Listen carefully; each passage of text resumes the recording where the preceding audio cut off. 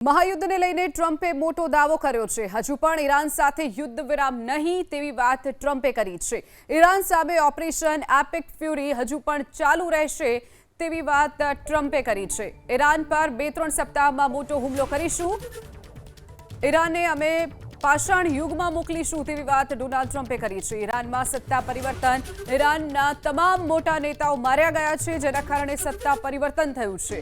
ઈરાને પોતાના 45,000 લોકોની હત્યા કરી છે।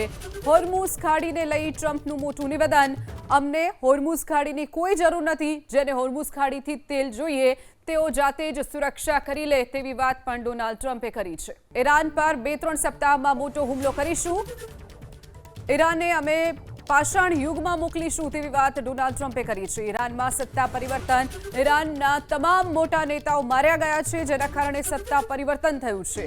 ઈરાને પોતાના 45,000 લોકોની હત્યા કરી છે। હોર્મુઝ ખાડીને લઈ ટ્રમ્પનું મોટું નિવેદન, અમને હોર્મુઝ ખાડીની કોઈ જરૂર નથી, જેને હોર્મુઝ ખાડીથી તેલ જોઈએ તેઓ જાતે જ સુરક્ષા કરી લે તેવી વાત પણ ડોનાલ્ડ ટ્રમ્પે કરી છે।